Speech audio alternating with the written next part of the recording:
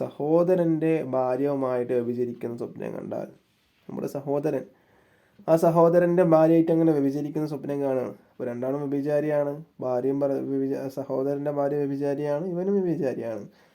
അങ്ങനെ സ്വപ്നം കണ്ടാൽ അതിൻ്റെ വ്യാഖ്യാനം എന്താണ്?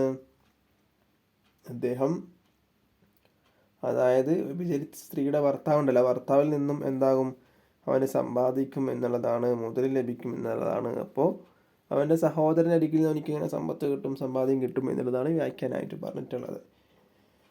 അള്ളാഹു സുബ്ഹാനഹു തആല ഇങ്ങനെയുള്ള സ്വപ്നങ്ങളെ തൊട്ടും യാഥാർത്ഥ്യത്തെ തൊട്ടും, അതായത് സഹോദരൻ്റെ ഭാര്യയെ വിഭജിക്കുക എന്നൊക്കെ പറയുമ്പോൾ അത് സ്വപ്നത്തിലായിക്കോട്ടെ അല്ലാത്തതായിക്കോട്ടെ, സ്വപ്നത്തിൽ നമുക്ക് വല്ലാത്ത വിഷമം, ബുദ്ധിമുട്ടും പരിഭ്രാന്തിയൊക്കെ ഉണ്ടാവും. നേരിട്ടാണെങ്കിലും അള്ളാഹു സുബ്ഹാനഹു തആല അതിനെ തൊട്ടൊക്കെ നമ്മളെ കാത്ത് രക്ഷിക്കട്ടെ.